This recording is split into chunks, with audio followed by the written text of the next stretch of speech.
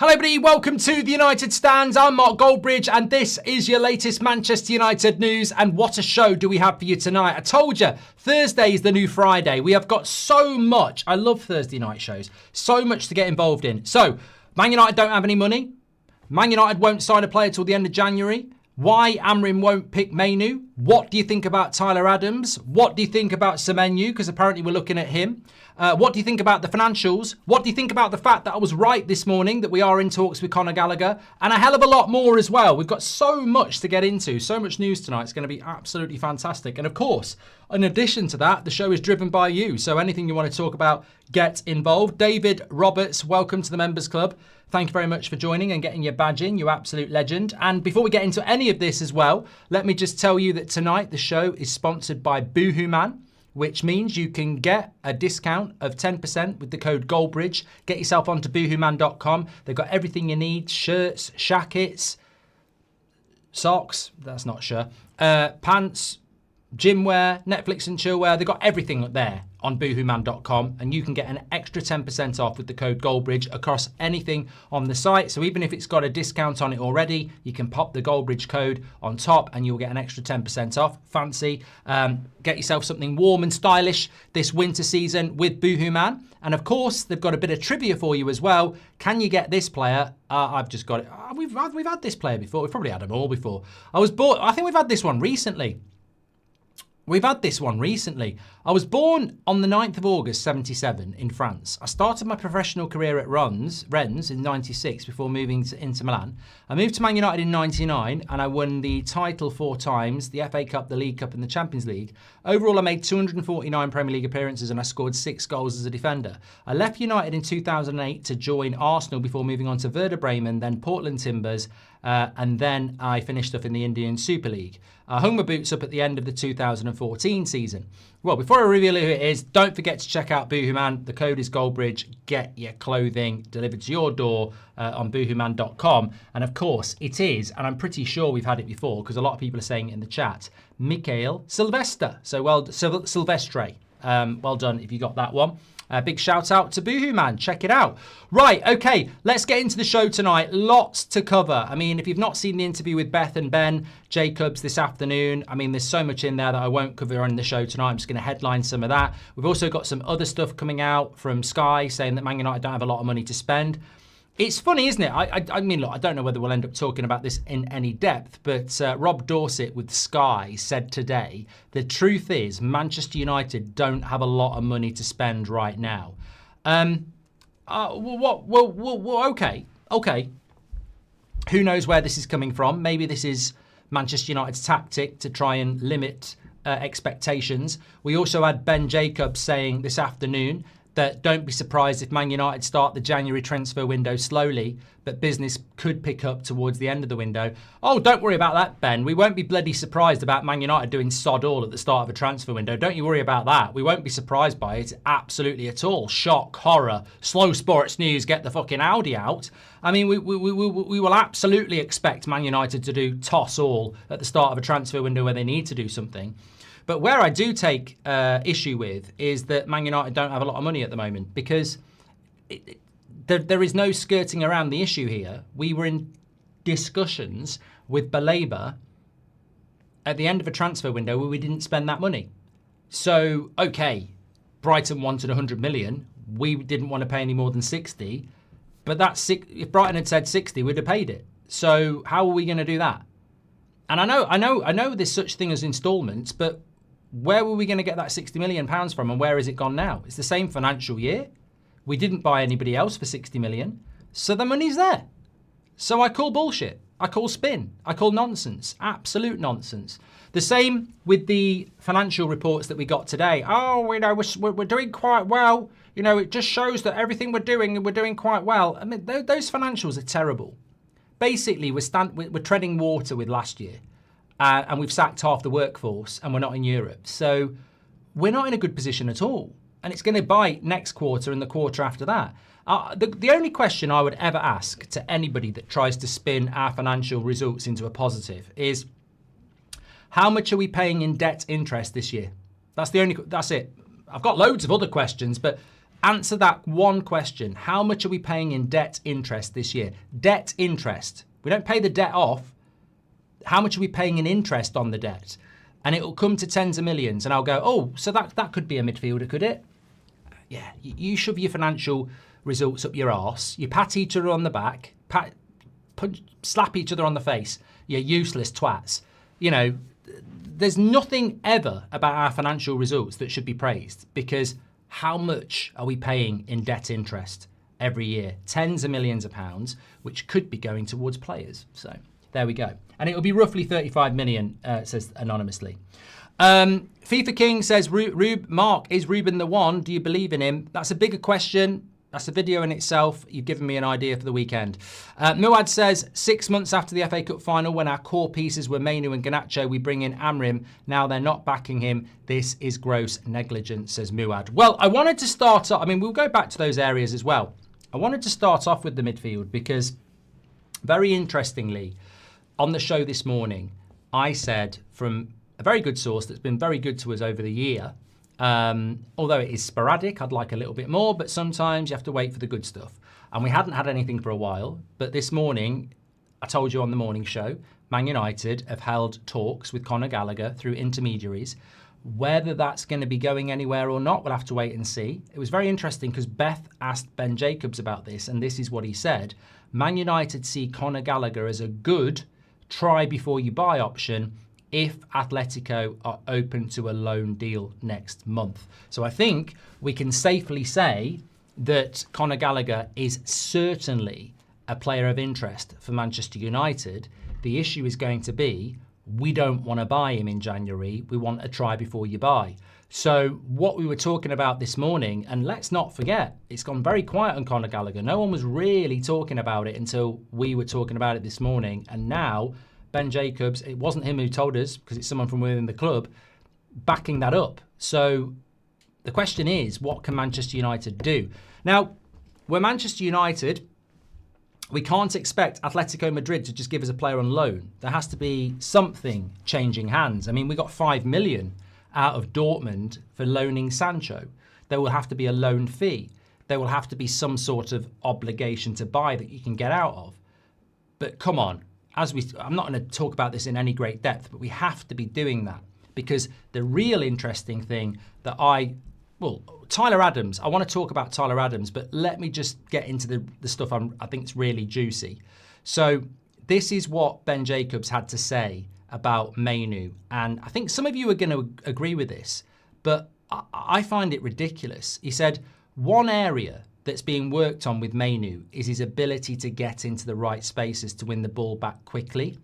Amorim is very big on preventing counterattacks with very slight movements and decisions. Amorim appreciates Mainoo's quality on the ball, but he wants safety net midfielders, those who are able to either be in the right position to stop counterattacks or have the pace to get back quickly. So a lot of people have spoken about Mainoo being slow, and it appears that Amorim has that issue too.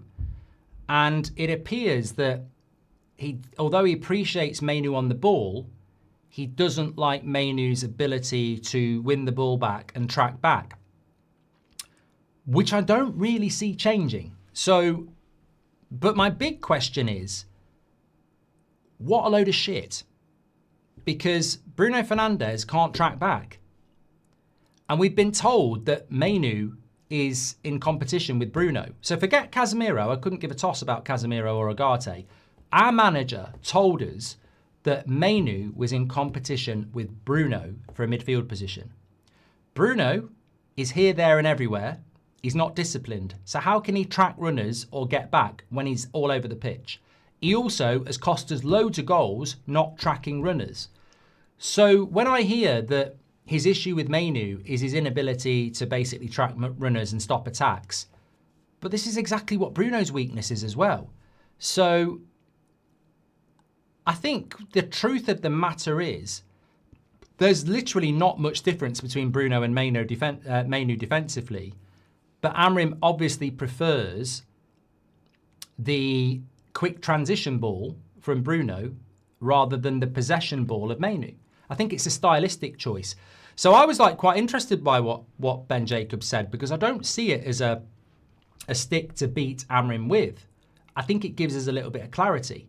I think some people will go, oh yeah, well Mainoo is slow, but listen, whether you think Mainoo is slow or not very good at tracking runners, not good defensively, that's absolutely fine.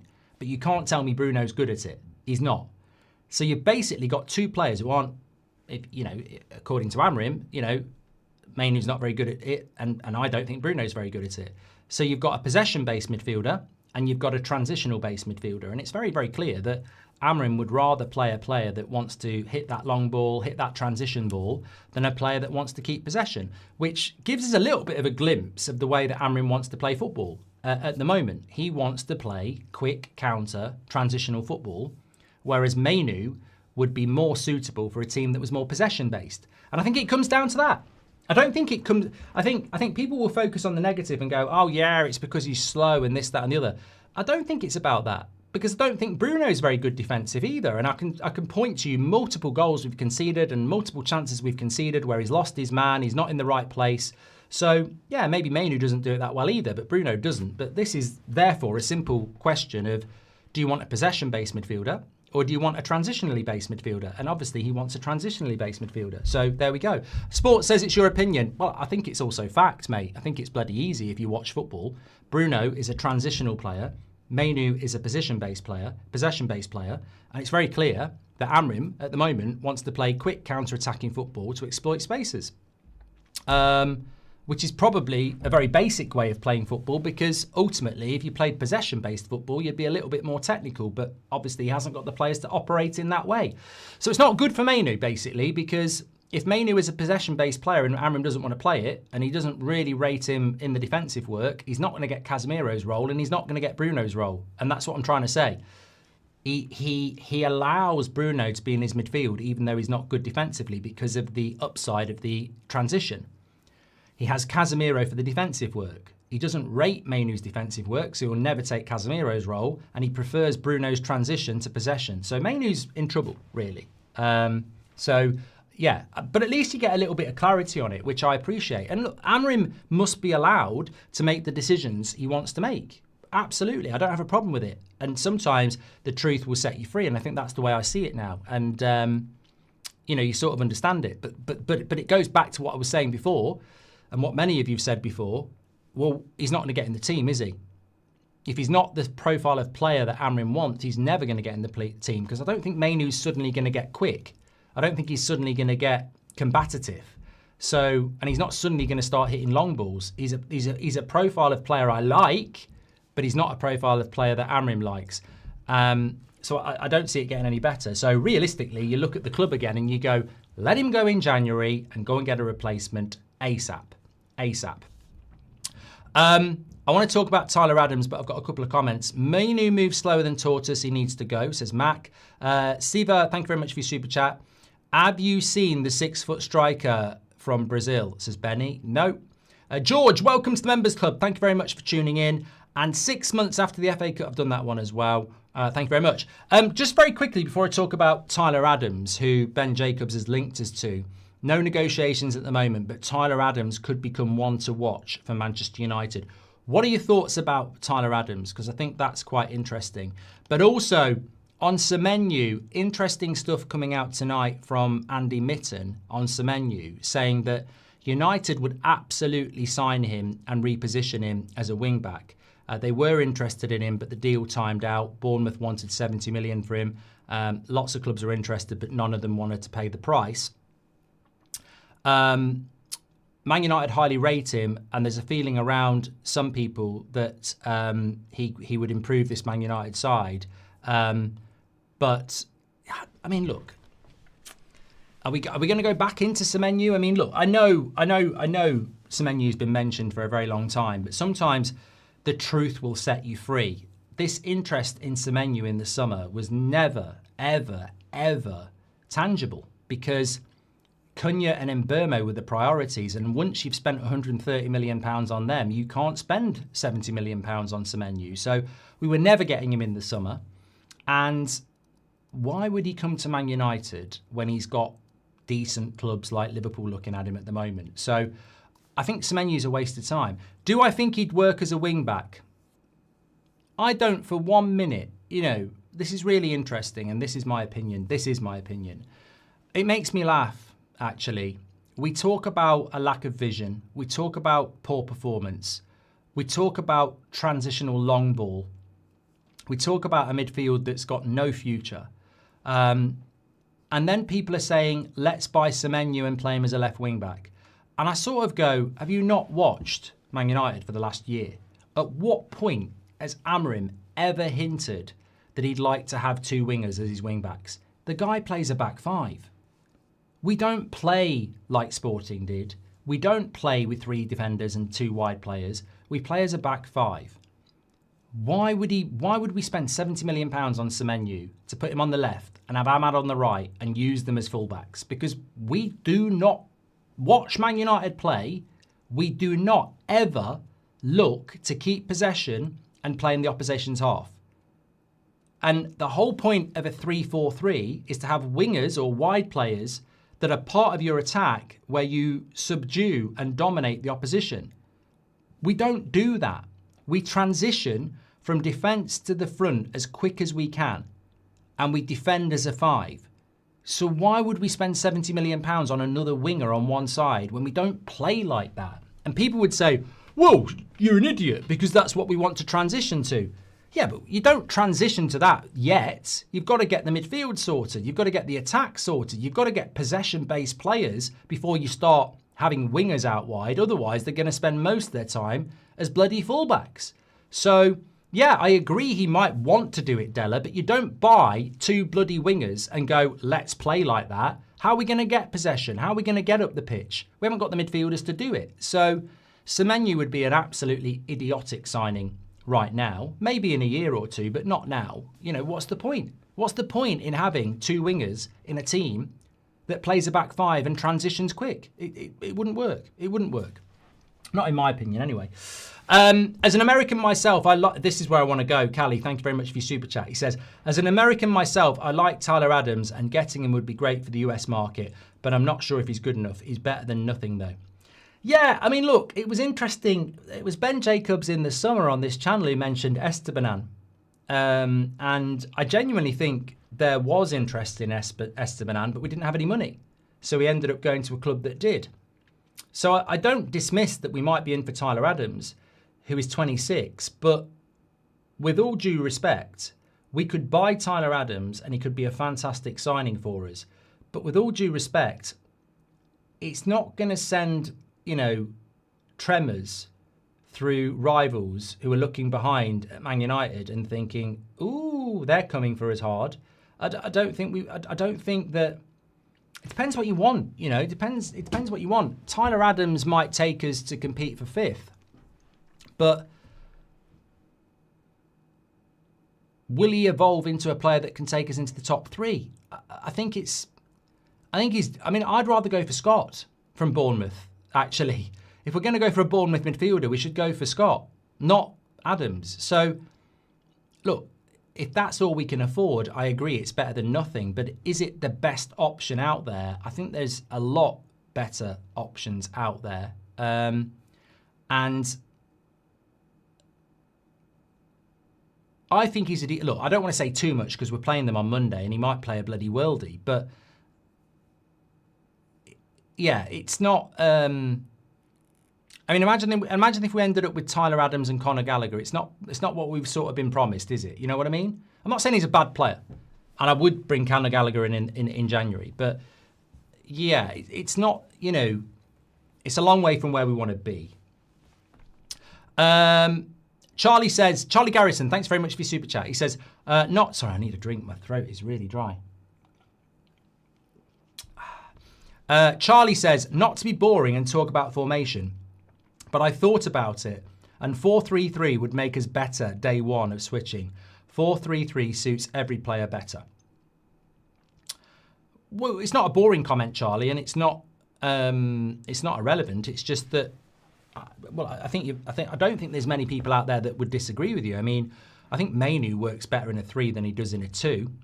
I think a lot of our players work better in a 4-3-3 than they do in a 3-4-3. But the club chose to go for a manager, that plays 3-4-3. So my only answer to it is that anybody who talks about a formation change is basically saying sack Amorim, because he won't go to a 4-3-3. That's not what he is, and that's on INEOS. INEOS decided this. If you want to change formation, I'm not saying that we wouldn't play better in a 4-3-3, because I think we probably would. However, this is a management decision, and Amorim is just what he is, isn't he? Parker says, 1, plays people out of position, 2, doesn't play youth, 3, has a bogus mid-table system, has no real track record. Is Amorim really a long-term solution, says Parker. You know what, over the weekend, because we're not playing, I'm going to do a video, which is going to be, just sort of like free-for-all. Everybody can say all the things that they're concerned about. Great to be here, says Joel. Thank you very much for being a member for 7 months. Ross McRae Magician's in the house. Hope you're doing well, Ross. He says, do you think Mainoo will leave on loan? Do you see a scenario where he puts in a transfer request or we sell him permanently for profit on the books? Well, it's interesting, actually, because I was going to bring this in anyway. So this is what Ben Jacobs said about the Mainoo situation. He basically said that while he's not expected to go nuclear like Mo Salah, Mainoo is still frustrated with his lack of game time, especially in a World Cup season. Man United is still hoping he can become a valuable player and force himself into the team over the Christmas-New Year period. And I find that laughable, I find it's laughable how Man United actually comment as if it's Mainoo who is the problem. Because Man United hope that he can force his way into the team over Christmas and New Year. Do they not realise we've had a load of shit games this season and he's not been given a chance? So how's he going to force his way into the team when we've already had shit games and he's not been given a chance? It's like Man United can hope all they want, but the manager won't give him a chance. So let him go, because I guarantee he's frustrated. I'd be bloody fuming. And I think the way he's conducted himself, he deserves a lot of credit, because he's been treated ridiculously badly by the club. And to put it out there that, we're hoping he can force his way into the team. He couldn't force his way into the team if he was prime bloody Zidane. He ain't going to get a chance, because we've played badly and he's not been given a chance. And don't talk to me about bloody Grimsby. I mean, come on. It was a long time ago, and it's not the same as being given a start in the Premier League and being given a start with the first team. I mean, that was the bloody reserves, wasn't it? So, also, even if he was bad against Grimsby, how many bad games has Bruno and Casemiro had this season and they still start next week? How many bad games has Delo had and he still starts next week? That's not a chance, is it? One half an hour, one half against Grimsby. That's not a chance. He's not been given a chance. So he needs to be allowed to go. I saw somebody today saying, well, he shouldn't ask for 200 grand. I mean, again, there is no evidence that he's asked for stupid wages and that's why he's been frozen out. There is no evidence that he's behaved badly or he's arrogant or anything like that. Long story short, they should just let him go. That's what they should do. They should just let him go and stop, messing around, and they should let him go. But what I did find interesting was that when Ben Jacobs said in January, I don't think United will add a number 9, whereas there is an outside chance they bring a midfielder in. So it might be ever so slightly easier for Mainoo to find an option than Xerxes. So, look, Mainoo is going to be sat on his arse for another season if the club don't go for a midfielder. And I think that's a real shame. Andre Jules says, hi, Mark. Why do we have fans that rate Mainoo on a Grimsby performance when we've seen him play for 24 months before? Because they've got to be proven right, haven't they? They've got to get proven right. I mean, I saw a few people over the week on X, Twitter, whatever you want to call it. It's probably been on other social media platforms. And they're talking about the data. The data doesn't lie, and Man United are better than the critics are saying. And it's basically going on about all these people moaning about Man United. They don't know the real truth. The data proves that Man United are a lot better than people think. And I'm like,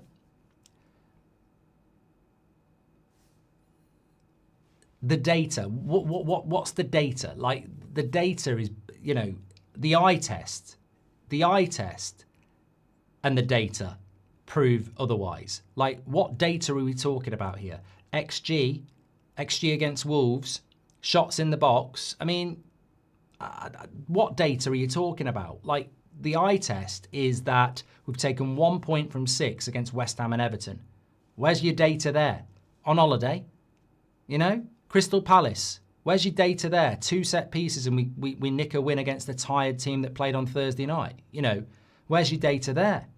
Where was your data against Brentford when they wiped their arse with us? And Man City? You know, like, data only probably saves your arse for 50% of the season. So we're not in a false position, are we? It makes me laugh. Like, there is definitely negativity. There is reality, there is negativity, and there is toxic positivity. And I just think people are in a rush to label things. I mean, there was a question there about, like, is Amorim the guy? I don't know. I genuinely don't know. I have concerns. There's things I like. Let's get to the end of the season and see where we are. But I think there's always this need to label it. And I'm like, well, look, there's been some good, there's been some bad. The more games he gets, the more we'll understand. And, you know, I think that to hide behind data and say, well, the data says we're a really good team. The data says we're a good team in certain games. But if it was all about data, then when we got a late equaliser against Spurs, the data would say, well, we deserved to win that game, and we didn't. And when we drew against Forest, the data would say we were the better team, and we weren't. Like, there's loads of games this season where we haven't played well. So, data what? The eye test is always the test. Some games we've done really well, Brighton, Sunderland, Liverpool. Some games we've done really bad. I'm not in a rush to label Amorim at the moment. There are things I don't like. There are things I hope are going to get better. I'm going to sit here now and go, he's the guy or he's not the guy, because it would be guesswork, you know? Emily Derry says, I'd love to get players like Anderson and Wharton, but I question our ability to get these players. As said earlier, we hire best in class and other clubs are better equipped to pull these deals off, says Emily. Unfortunately, Emily, on that one, some of us are learned and experienced enough to call bullshit and smell it very, very clearly, no matter how far away it is. Sometimes the club are telling the truth. A lot of the time, they're playing the game. And what I mean by that is, for Elliot Anderson, I could probably give you 5 or 6 other players that we were linked to that we didn't get, but they played the game for months. We are very good at this. You know, we're very good at playing along with something that generates positivity around the club that has got no chance of happening. And I'm sure you could list off players, I certainly could, loads of them, that, oh, United are in for him. Oh, yeah, they're really in for him. I mean, we used to get, what's his name, at the Manchester Evening News. Every year, the transfer window would close. It wouldn't be a very good one. And on September the 1st, virtually a year before the next summer transfer window, he'd drop a story saying, Man United intend to go big next summer.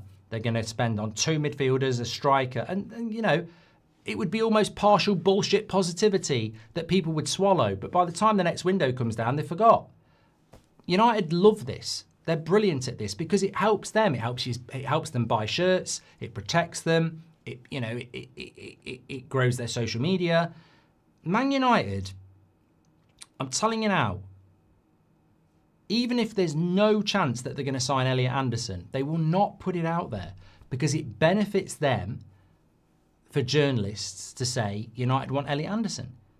And it benefits them because fans get excited and start to feel a bit optimistic. And maybe they will buy their kid the 3rd kit for Christmas. You know, it's all about generating false positivity.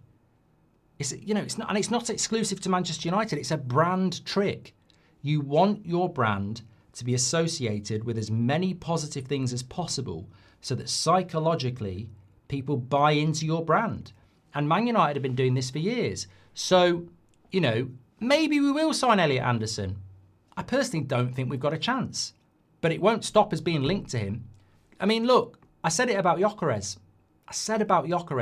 We are going to get linked with Gyökeres from the minute Ruben Amorim was in charge I said, we're going to get linked with Gyökeres and Kenda until the day they sign for somebody else. And we might not have a cat in hell chance of getting them, but it won't stop the many, many articles about United going for Kenda and Gyökeres, because nobody at United will stop it, even though they know it's not going to happen, because it's just let them believe, let them believe, let them believe. So we might end up with Tyler Adams.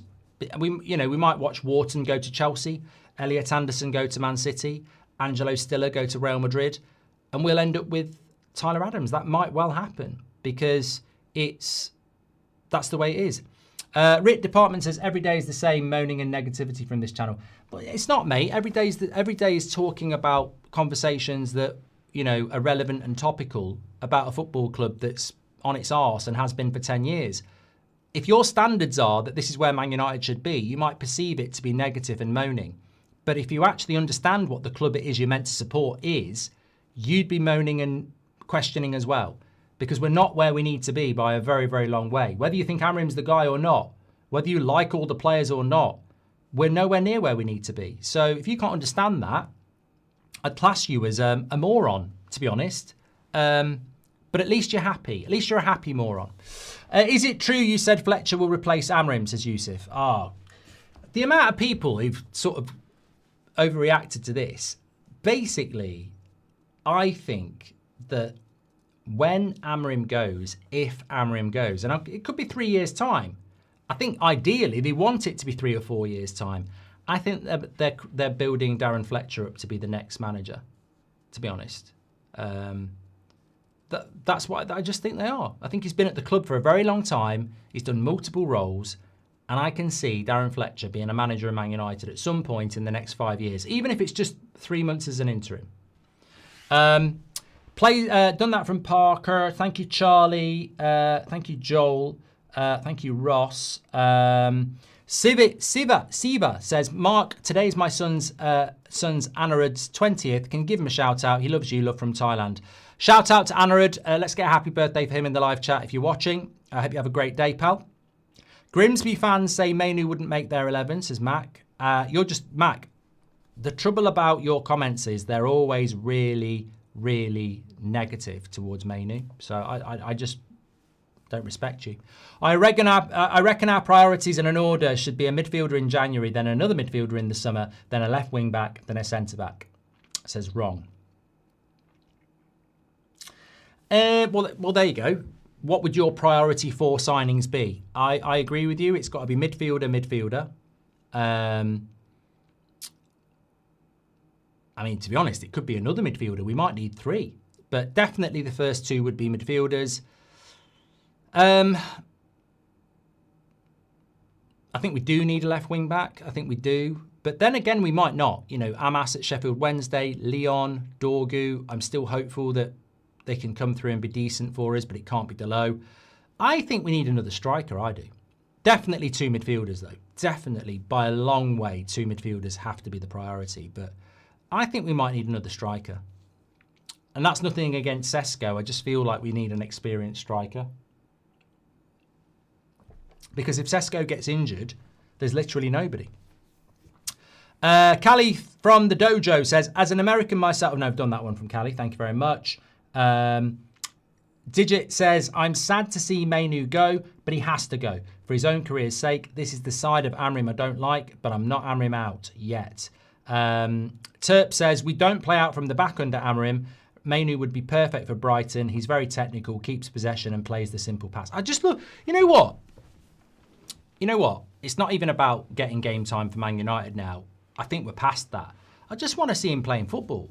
Like when Rashford was at Villa. Secretly, I actually quite like watching him, just to see how he would do.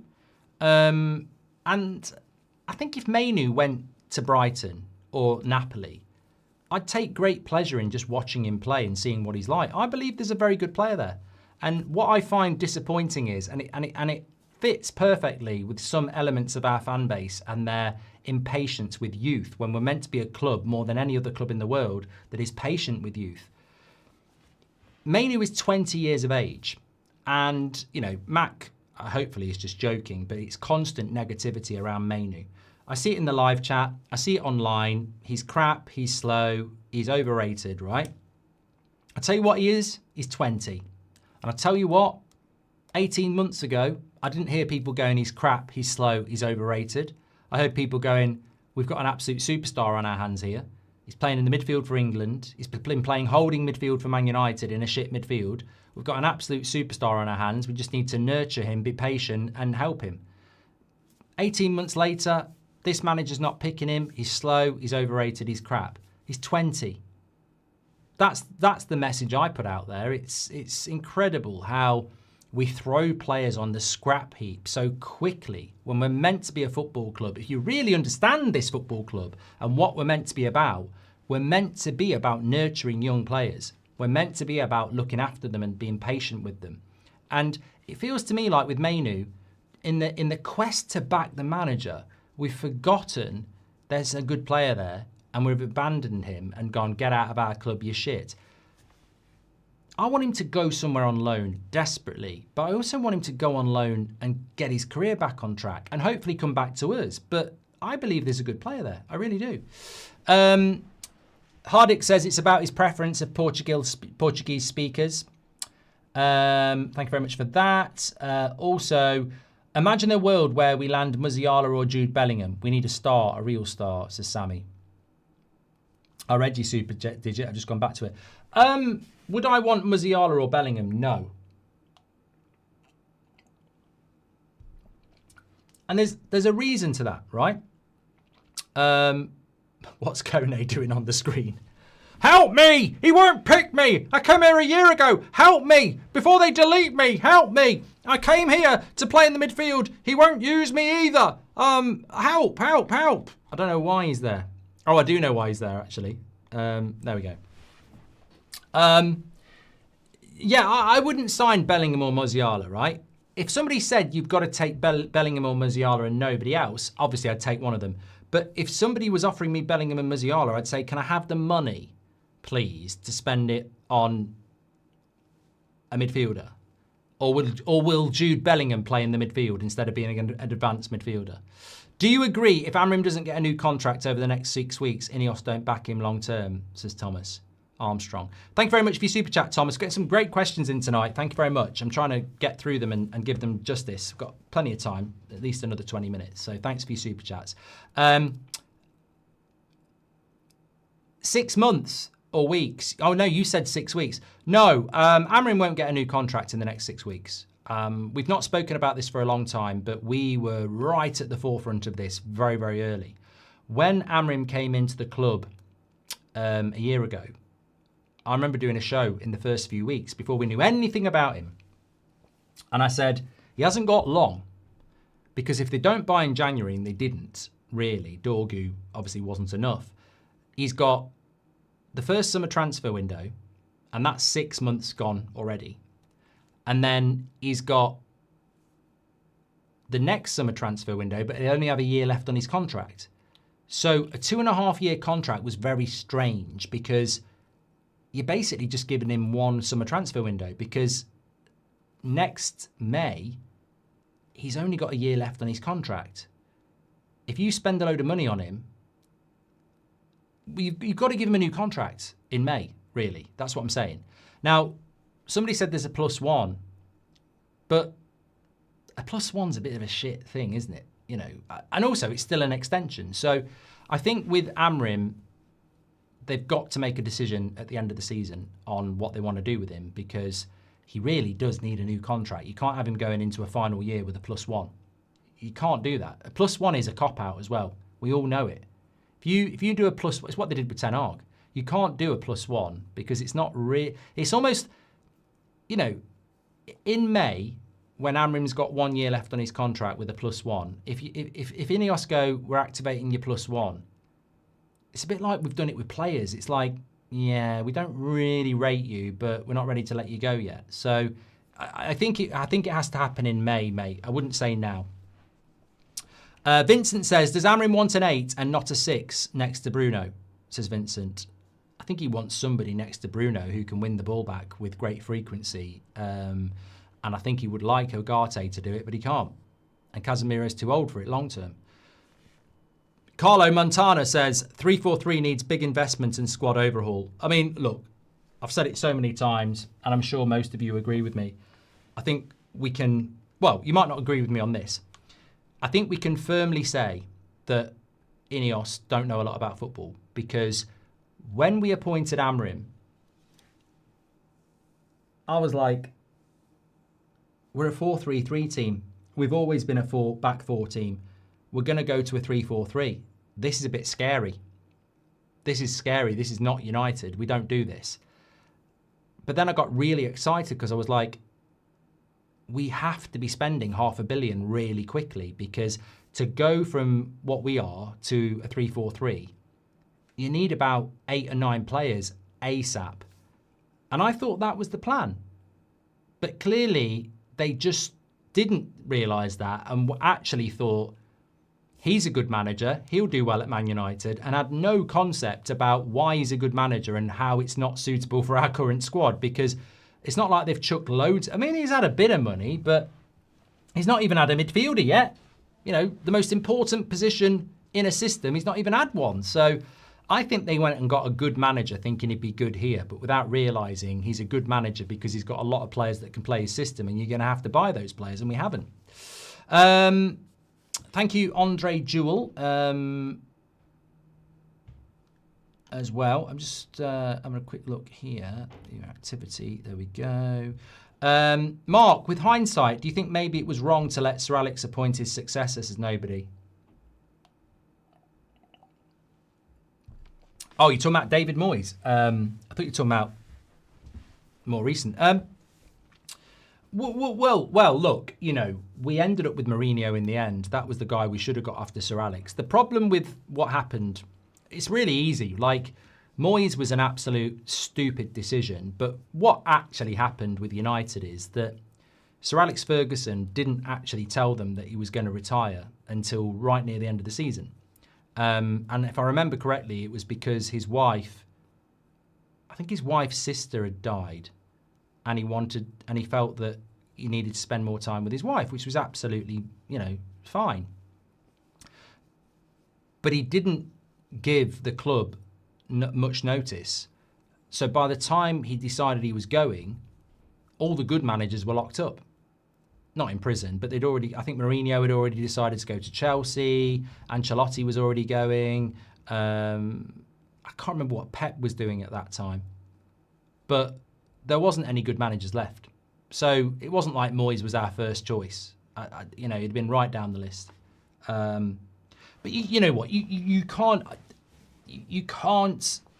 have an issue with that, because what's the alternative? Sir Alex Ferguson, the greatest thing to happen to Manchester United, and all the years of success, the downside is when he leaves, he won't give you long to find a good replacement. Well, you're not going to go, well, forget it. Don't get him in the first place. You know, what he gave us was legendary. It's just at the end, we didn't really have much of a contingency plan. Is looking at a free 39-year-old Ramos desperation. Thank you for reminding me of that. So Sam C messaged me this evening and said, from decent sources, there is no truth in Man United being linked to Ramos. I mean, that would be my assumption anyway, but clearly it's true. Cobby's everywhere in the social content, but nowhere in the actual lineup. Feels like United are using him for engagement, says Weenie. We're a weird football club, mate. I said this last week, didn't I? You know, we had some kit that was coming out, and Mainoo's all over it. The Christmas jumpers, Mainoo's on that as well. It's weird how the club behave, because we use Mainoo for loads of stuff, and yet he doesn't get used in the team. Yeah. Avi says, Glazers don't care to spend in January for any window. All that effort for the Champions League for what? 100 million. What is the dividend on that? 2 million. They care about 5 billion construction contract, says Avi. Yeah, well, look, every day we talk, discuss, debate, because we care about the club and we want it to improve today. Unfortunately, we've got owners that see Manchester United as a bank account. You know, that you log into every now and again and see, ooh, you know, it's not a labour of love. It's a cash cow. Shahin says, I remember before the summer you said if Garnacho and Mainoo leave and Bruno stays, I'm going to lose it on Amorim. Now here we are, and Rasmus gone as well. I say a lot of things, and I don't know what context that was or what, you know, of what mind I was, whether it was during a game or whatever. All I know is one of my mates last Christmas got a framed photo of Rasmus, Garnacho and Mainoo, what we thought iconically sat there after a goal. And two of them have gone, and Mainoo may as well be gone. And I think that's just... It's Martial, Rashford and Greenwood all over again, isn't it? It's like, how do we go? Because we genuinely did believe this twice. Like, when I looked at that picture of Rasmus, Garnacho and Mainoo, I was like, all right, one of them might not work, but, you know, it was very exciting. And I don't like people in hindsight who go, well, I wasn't excited, because we all were. It was very exciting. But it was also really exciting in the COVID year when we had Martial, Greenwood and Rashford scoring over 50 Premier League goals collectively. Why? And this is why I worry about United, because I don't think fundamentally the club is any different to what it was when we had Greenwood, Rashford and Martial, or when we had Rasmus, Garnacho and Mainoo. I don't think the club's any different. In fact, it's still owned by the Glazers. So why are we looking to constantly buy young players when our recent history is littered with a failure to take talent to the level we all think it's going to go? I mean, that's twice we've failed 3 players.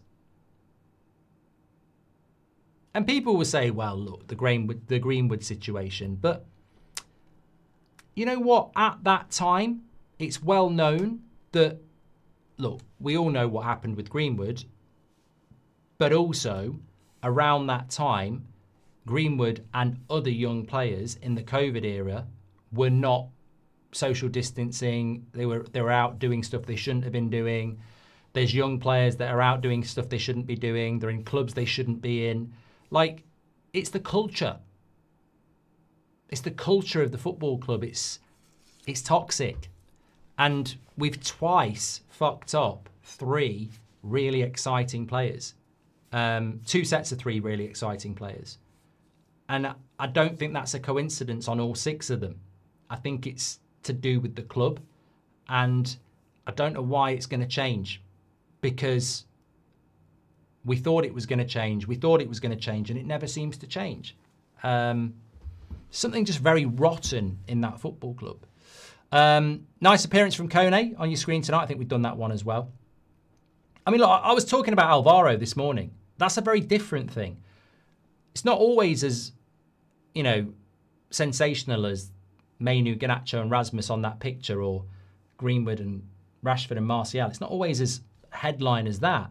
Alvaro Fernandez was at this football club, and now he's one of the best up-and-coming left-backs in the world. He was here. You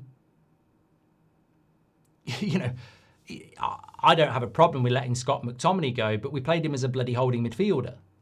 He's now scoring goals on the regular as an attacking midfielder. It's constant. There's just constant misprofiling and lack of nurturing. It's chaotic, isn't it? We're a chaotic football club. There's never any stability or vision. It's always chaotic. Andy Drew says, did you see Barada's ridiculous comments about the financials? Sounded like he was giving a PowerPoint presentation for a financial firm. You know what, Andy? There's probably people who can talk you through the financials better than I can. Every quarter we get these financials and they just twist and turn and spin and this, that and the other. The reality is the club is not in a good financial situation. And all you get is, you know, in this difficult time, we're steering the ship through difficult waters to a more sustainable future. Bollocks, mate. Who's your boss? It's not Sir Jim. It's the Glazers. How much debt are you in? You know you're talking shit because you're somebody that's a CEO. You know financials, you know football clubs, you're at Man City. If you could get him on a lie detector test, he'd break it. Because if you honestly asked him the difference between Man City's projections and Man United's, the truth would out. We're in a right bloody mess. Lucian says you didn't like Scott, which is why I said I didn't have a problem with his selling him, but some people would say we misprofiled him, etc. If you listened, you wouldn't need to waste your time typing shit. Bit behind, but I can't agree with Sir Alex being the best thing to happen to the club. Is the reason why the Glazers are all here over a horse, says Shaw, is not 6. So everything Sir Alex Ferguson did for this football club goes in the bin because of a horse and the Glazers. And that's a bit harsh. But look, some people do feel like that. I'm not gonna say you're wrong. I'm just saying, you know, for me and a lot of people, Sir Alex Ferguson's the best thing that's happened to Manchester United in my lifetime. And it was a hell of a ride I'll always be grateful for, because, you know, he was almost like a surrogate grandfather.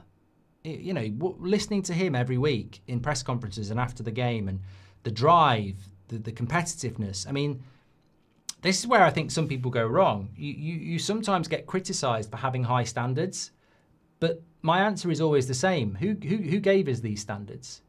You know, I have people in this chat, oh, you're a moaner, this, that and the other. I'm not a moaner, I have standards. I don't like the way we play football. I don't like the way the club is run. I don't like the players. They're not trustworthy. They're not Man United players. I don't like a lot of things about this club I love.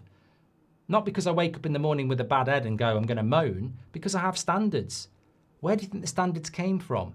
The standards came from Sir Alex Ferguson. The standards came from Ryan Giggs and Roy Keane and all the other players that went before them. It's not moaning. It's not negative. It's standards. And we didn't set the standards. Previous players and managers did. So that's the thing. But look, it's an exclusive club. Not everybody experienced it. People just hear stories of it. When you experienced it, then you can't let it slip. I feel like Sir Jim Radcliffe and the Glazers would love a fan base that would be really happy with 5th every now and again, but you still turn up and buy them. I mean, look, of course they bloody would. As long as you lot turn up, buy shirts, spend money, they're not bothered. So if they could have a happy fan base at finishing 6th every year, but they still make the same money, they'd be overjoyed, because they're not actually football people, they're money people. So the only people that can protect the standards are the fans. And if that's moaning, well, we're in for a lot of moaning, aren't we? Because the standards are not going to be set by the owners, because the owners don't care where we finish as long as you keep spending your money. They're not bothered about finishing in 1st place or 10th place as long as they keep making the money. So we have to set the standards. Done that one from Shaw. Done that one as well. Done that one as well. Done that one as well. Mainoo is overrated. Do some of these commentators just write rubbish just to write something, says Date Mike. Look, I think the interesting thing about Mainoo is, and of course this doesn't make it right, but I have never in the last 6 months seen any journalist or ex-player criticise Mainoo and back Amorim on it. I haven't. Now, some of that will be because of British bias. Some of it will be because he's a young English player. Some of it will be because they don't like Amorim. But none of them have done it. And I think that's quite telling. And especially when it's, you know, ex-players of the football club as well. I think that's quite telling, because there's just a general unhappiness about it. But I think that the next, what I would say is the manager must be allowed to manage. We made a massive mistake with another Portuguese manager, and his name was Jose Mourinho. Now, at the time, I would not have been very happy about this. He wanted to get rid of Martial. I think he wanted to get rid of Shaw. I wouldn't have been happy about any of those back then, leaving Man United. But in hindsight, we should have done it because a manager must be allowed to manage. Then when they get the sack, you can go, well, you did that, that's on you. Too many times managers get the sack at this football club, but they don't get backed. Let him get rid of Mainoo. If it all goes to shit, we'll all be there to say it was on him. But stop this idiocy of just constantly having him on the bench and not using him. Let him go. I think that's where we're at. Let him go. Preferably on a loan deal, so there's an option for him to come back. Anyway, look, great show tonight. Really enjoyed it. Thank you so much. Lots and lots to get through, as always, and I think we just about covered it. But tomorrow is Friday. The weekend is here, but it's no Man United game, which is why I didn't do the preview tonight. I'm going to wait and do the preview after the press conference, because we're not playing till Monday night, so there's no point doing a Thursday night preview. But we also had loads of other stuff to talk about as well, which was great. So thank you everybody for tuning in as always. Absolute legends. I'm back tomorrow morning on the 10 o'clock show, but I'm also back on That's Football tomorrow morning with Robbie for Premier League predictions. So where we predict all the games in the Premier League, that goes out really early. It's normally out at about 8 o'clock. So if you want a bit of an early hit, 8 a.m. UK time, That's Football. Check that out.